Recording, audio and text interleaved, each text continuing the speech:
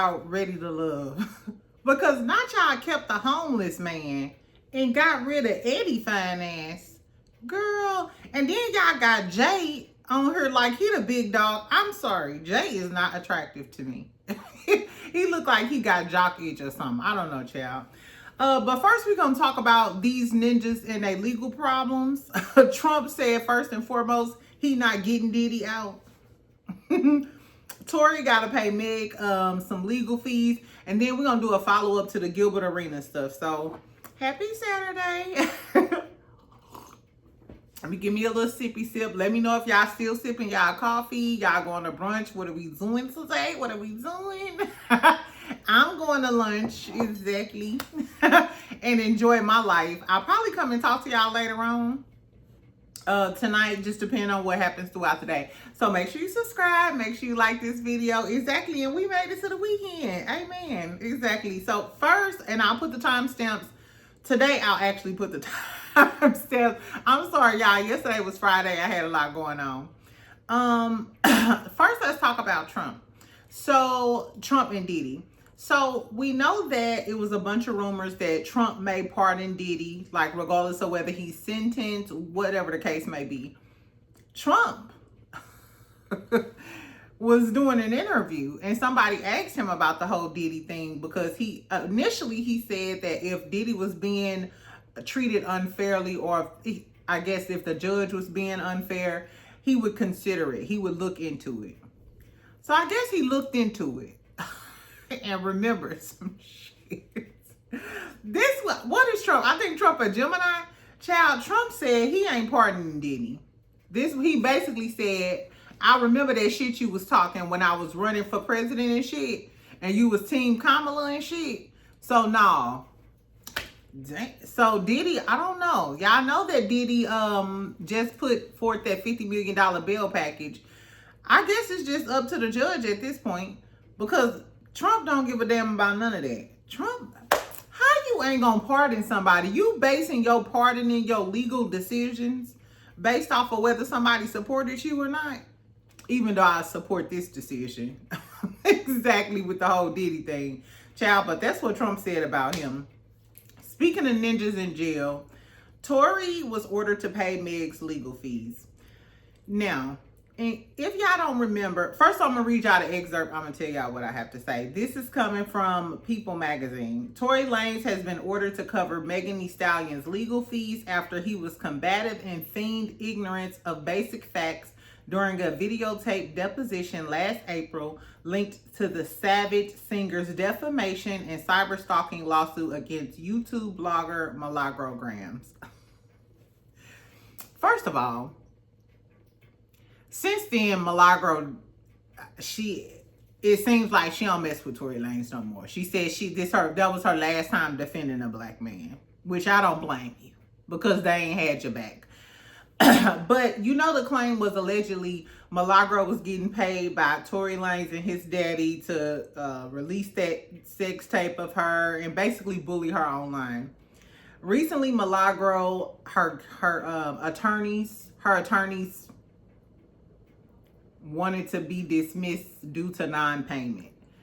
Anyway, so Tory Lanez was ordered to testify basically to his dealings with Milagro and stuff. When they went in there to do the deposition, Tory Lanez was saying stuff like, the prosecutor's hair is distracting me. He was just being ignorant, obtuse, just acting a damn fool, wasting the court's time. So the attorney was like, you know what? Let him leave for today and we'll be back, because he's still going to have to answer these questions. My whole thing is, how you trying to get out and you being uncooperative with another legal investigation? How do you think the judge is going to treat you then? Girl, I guess so. Anyway, so basically now he has to pay the legal fees. So that time you wanted to act ignorant and talk about that lady her when you're supposed to be answering them questions, now you have to pay however much it cost her and Megan to come down there and do that deposition. Child. And we know that Tory Lanez does have an appeal hearing coming up. So on top of you already having to fork off money for your appeal process, which we know you kind of broke these days, now you have to pay Megan's attorney fees. I hope he have the day that he's supposed to have. Speaking of other men and they jail problems. So we know Gilbert Arenas just got out of jail the other day. Remember I told y'all he got caught up in that gambling stuff? Why did this fool go on, I don't know if it was his YouTube channel or whatever. It was reposted by TMZ, child. Let me see. I might let y'all listen to it real quick. Yeah, baby, I'm on them. I'm out. Yeah. Mm-hmm. Hey, they took my passport. Yeah, can y'all hear that? Oh, I'm talking like I'm live. Anyway, child, so he said they took my passport. Luckily, I got another one. Is it illegal to have two passports? I thought you could have two passports from different countries and have dual citizenship or something, but you're not supposed to have two passports in the U.S. So if they take your I guess. He also continued on to say that a lot of the dudes were still there when he left, when he was in jail. He said they couldn't even speak English. Some of them was playing like they couldn't speak English. And he said that he's snitching. He was like, at the end of the day, I'm snitching. I ain't going back. I'm snitching whenever y'all get through. Ha, ha, ha, snickle, giggle, giggle. Bitch, do you know these are federal charges? As in the federales? Girl. And then on top of that, now when I read y'all the case details of his arrest and the gambling thing, they said that it was a bunch of foreign mob bosses or people with ties and foreigner. It's giving Russian mob boss. It's giving training day. It's giving, you don't know who the hell you dealing with. And the fact that you said, oh, they were still in jail and I got out, that's my attorney, the one who looked rich, not like the rest of them. First off, if they over there playing in a high dollar gambling ring or something, I'm assuming they have money as well. And ties to the underground. Child, I'ma pray for Gilbert Arenas. Because he seemed ignorant and dumb and naive. But baby, you should be scared. And first of all, you should already be scared. Because now they know that you might snitch on them. What you think they're going to do to you if they think you might snitch on one of their mob bosses? That was the dumbest shit. I said, I guess, child. Anyway, forget the criminals. Let's talk about Ready to Love. Because this is why we here, so we won't get fined. Okay, so Ready to Love came back. First of all, I had to go and watch the old episodes last night just so I remember everybody's name and what was going on. Then we get back to the first episode. And at the beginning of the episode, the ladies are talking to Fritz, which I couldn't stand Fritz with that side comb over with the twisties. It's giving Fritz don't like black girls. And I remember because I used to go on his page and most of the women that it seems like he be traveling and having fun with is the bros and the other girls. So now I see why he said that about Sahara and some of the other girls. I don't like Fritz. I'm glad they got rid of his ass. And he was kind of pretentious too. I didn't like him. But they got rid of Eddie. I said, what? And the reason she gave him was because he was flirting with everybody. And I'm like, y'all just be coupled up. Ain't y'all supposed to flirt with everybody and see who you really like that? And they said he drink too much. Now Eddie. Eddie was like, I don't even drink that much. Your ass do be slizzard sometimes. But so what? He grown. He work in construction. I'm mad. The moral of the story is I'm mad. They got rid of the Carmel Dream and left the homeless man. Y'all got rid of Eddie who work in construction. Tall, fine. Did Eddie have kids? Y'all got rid of him for a nigga that's homeless and his own mammy don't even talk to him. Where they do that at? It's giving. I'm going to have to question the quality of the women who on the show at this point. Because ain't no way y'all giving away a man with potential like Eddie to stick with a man named Cisco that you're going to have to clean up and he need a second chance. I guess, y'all. Anyway, so this episode, everybody goes out on dates with the women's exes. This was pretty cool. So we start off with Hussein, Angie, and her baby daddy. So her baby daddy was nice. It seemed like they was, still cool and stuff. Hussein asked him, hey, you know, what was the biggest issue with Angie? And he said that she was too strong. She would ask him to do stuff and end up doing it herself. And then he gave the example of when she was pregnant or when she was going into labor, she drove herself to the hospital and he was on the passenger side. My whole thing is, what type of man would say, get your ass over there and I'm finna drive you to the hospital? You let her drive y'all to the hospital? And Angie, you do need to relax. Hussein was like, oh, okay. He said there was a huge red flag and he couldn't wait to go tell the other men. You know men hate that. He said, no, that controlling stuff is too much because I'm the one that's used to being in control. And rightfully so. So I'm on Team Hussein's side, like Angie. Yeah.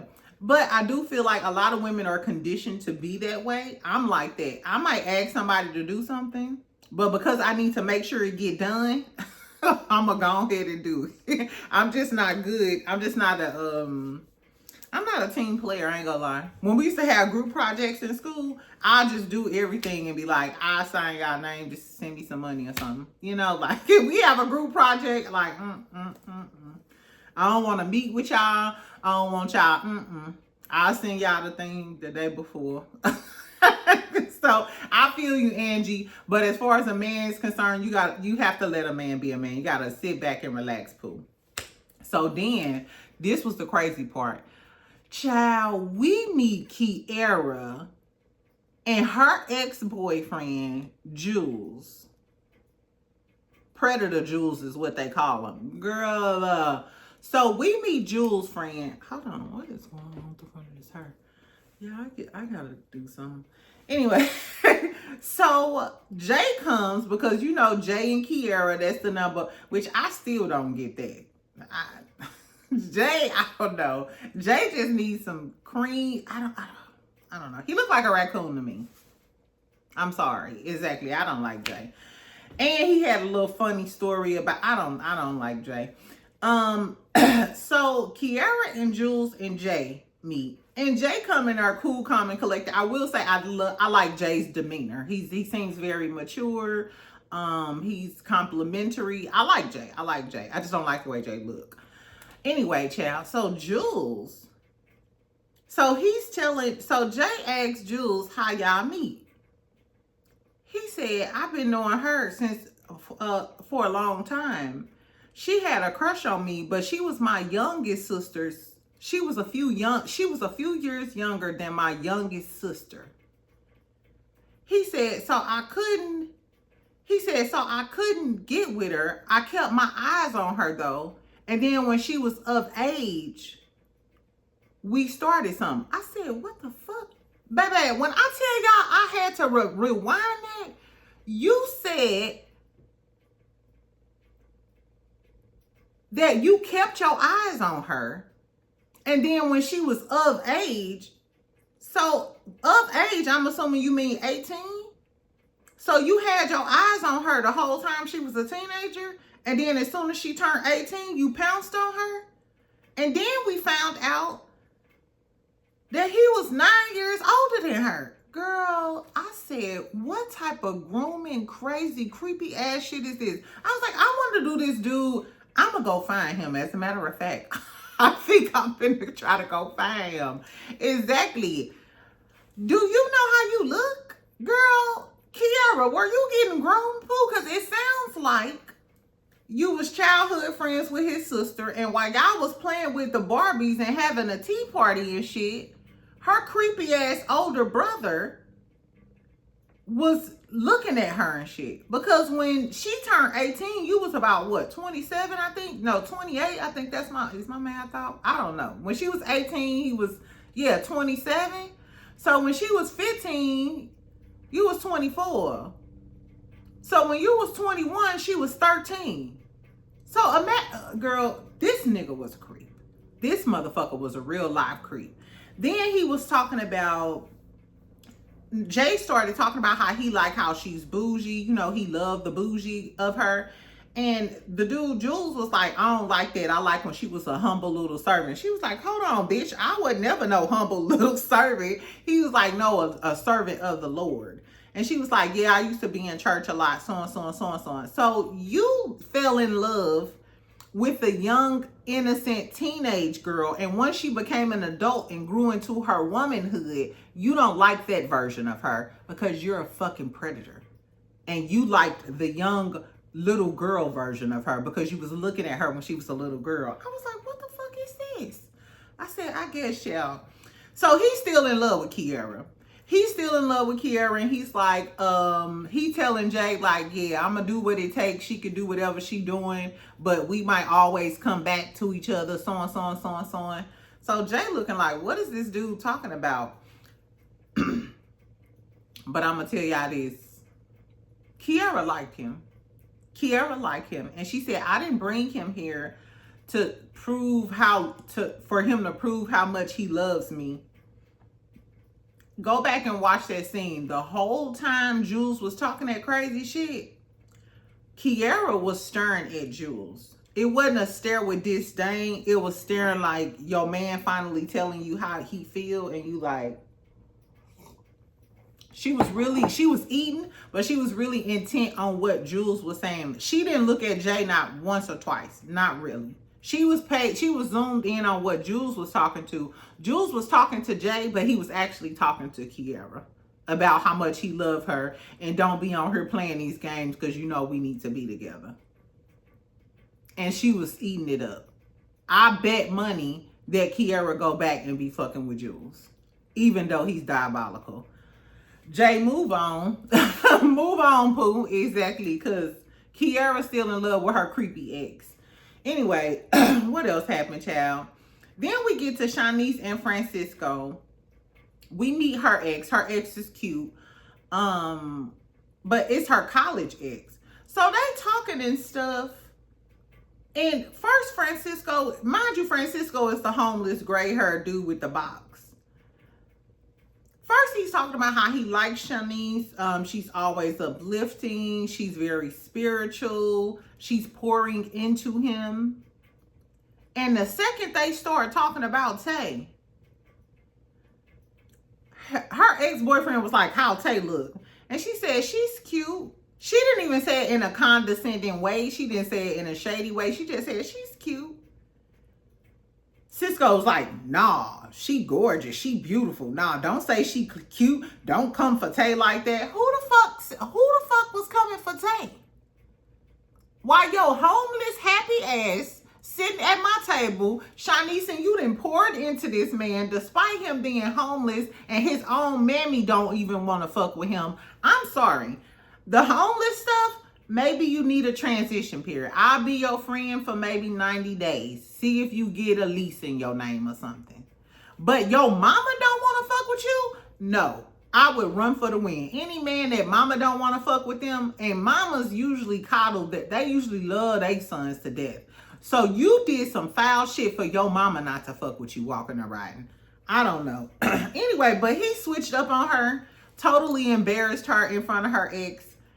Shaunice, girl, I would have blocked him. I would have blocked him at the table. Who is you talking to? First of all, I didn't say the bitch wasn't beautiful. And Shaunice is just as pretty as Tay. Quiet as cat. I ain't gonna talk. All the ladies pretty.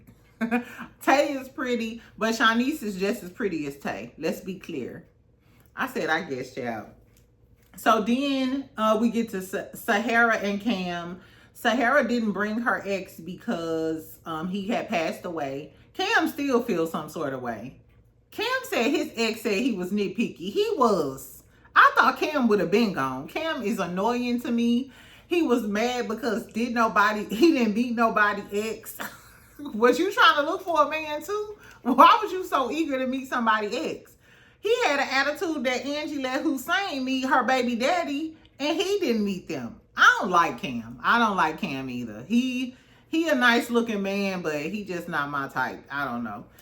Anyway, so Sahara was telling him about her ex, and she said that he was hard on her because he felt like she could take it, and she just wanted people to be easier with her. And I kind of I could identify with what she was saying because, you know, as a strong woman, people automatically feel like, oh, she can handle it. She okay. She like, no, bitch, I also need assistance as well, or lay off of me. Did you forget I was a girl? I'm just a girl in my world. Exactly. Anyway, then we get to Rose, Hussein, Rose, Hussein, and Cam. Rose, Hussein, and Cam meet Rose X. Rose X was fine.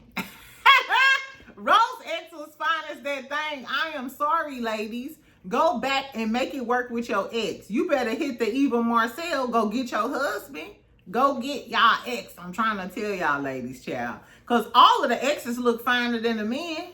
But we don't know they toxic real traits. Exactly. So I'm going to stop being superficial. Exactly. Anyway, so we meet Rose X. He fine as that thing.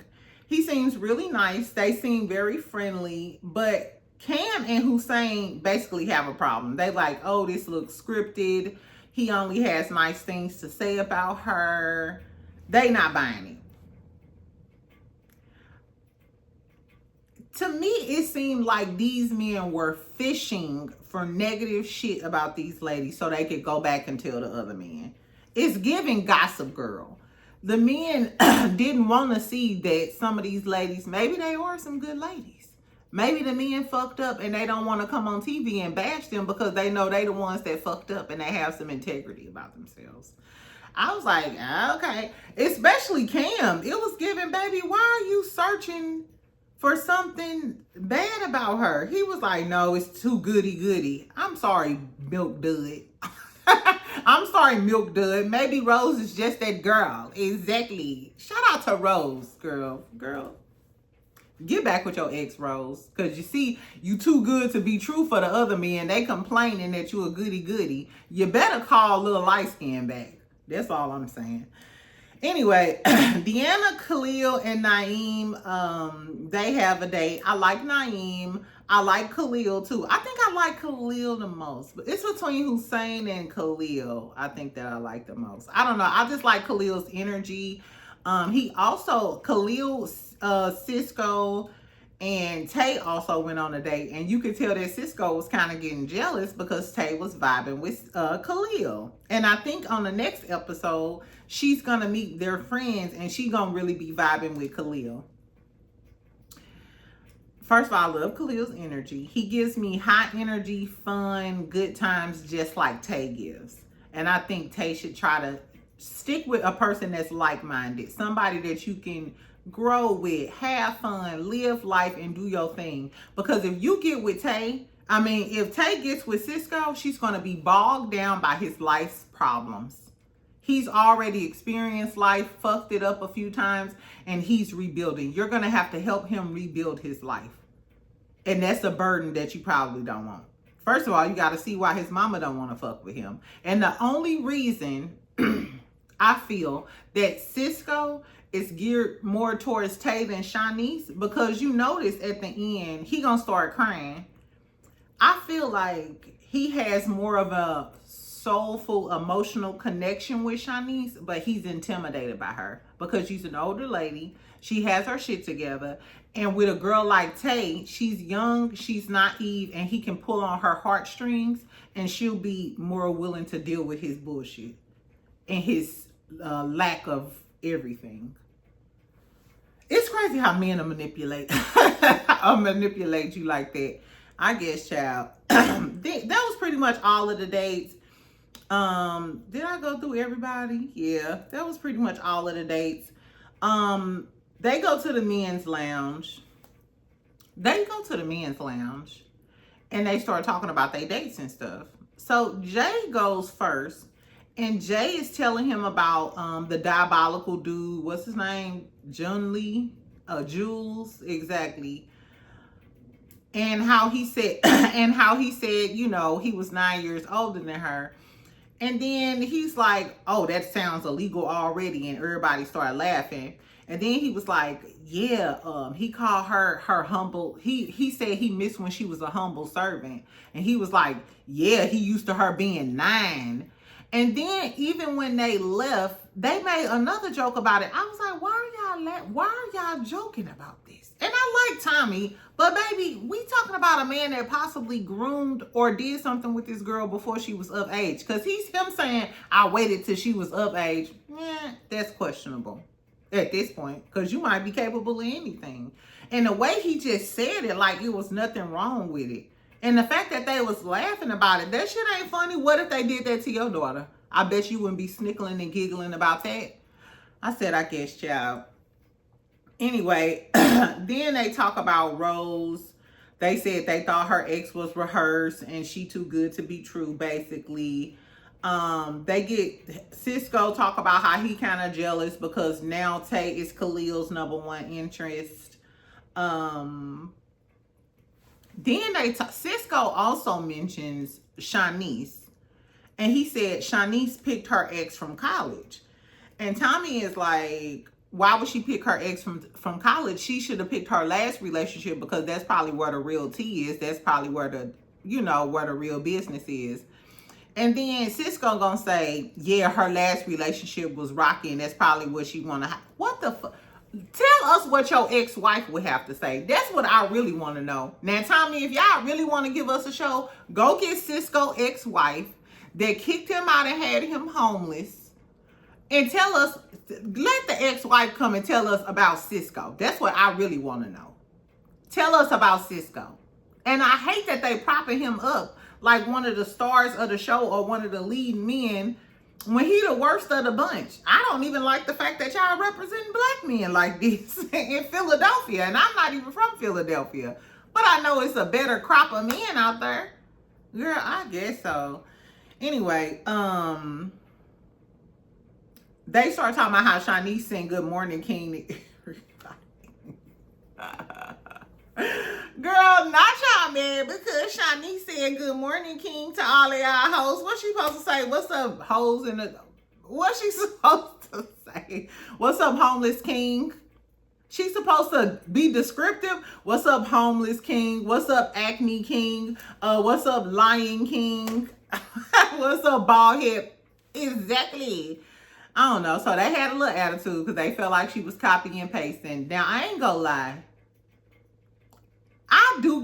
First of all, if I get a good morning text from somebody I like, I'm gonna be like, okay, good morning, but if I feel like you just copy and pasting, grand rising, how did you sleep?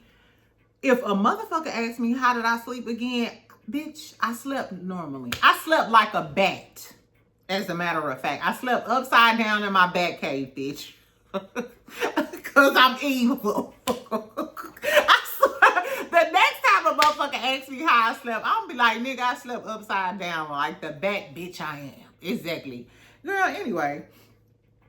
So they gonna send Shaunice home. So the girlies up for elimination is Angie and Shaunice. The way Cam walked in and hugged Angie, all that closeness, squeezing for so long, you was just mad at Angie because you couldn't meet her baby daddy. And she just said y'all wasn't really close like that.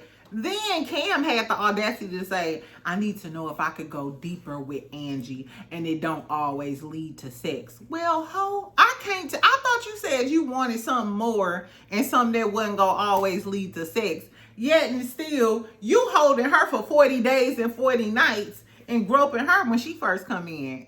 I do not like Cam. Cam can go. Send that bald head Ninja Turtle. Send Michelangelo up out of her. Exactly. I don't like Cam. Anyway, child, so Cisco talks to Shaunice and he's telling her that she's not ready to love. And Shaunice said that's okay because maybe I was sent here to let you know that you can repair your relationship with your mama even though you might be a dirty dog ass nigga. And then Cisco started crying.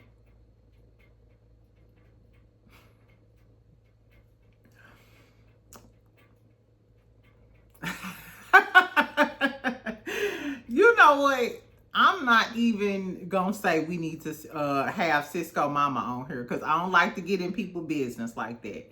But if you got his mama on the show to tell us why she don't fuck with Cisco, I think we would see the full picture. Because I'm still upset that y'all got rid of Eddie, because he was drinking and flirting with girls to keep Cisco. Now, hold on, let's talk about this though. Seriously, friend. Are y'all trying to set us up for failure? Are y'all trying to set these beautiful black women, all of these black women got their shit together? We would call them high value women. All of them got their stuff together. Beautiful. Everything is on the up and up. But then we got Cisco. Y'all already know Cisco's story. Then we got Naeem. Mind you, I like Naeem. Naeem got 5 kids. I like you, but you still have 5 kids. That's a part of your rap sheet. Khalil seems decent. Fritz was short. Cam is a weirdo. Hussein, I like Hussein, but he seems really reserved. Or maybe he ain't really shown us his personality or something. Which I usually like the quiet, confident types. But I haven't seen Hussein like have fun or crack a joke. Like, can a bitch get a snickle and giggle out your ass? He seems very stoic. Exactly. I follow him on Instagram too. I think he might be like that in real life. Exactly. I don't know, child. Anyway, so tell me what y'all thought about the episode. Are y'all gonna continue to watch Ready to Love?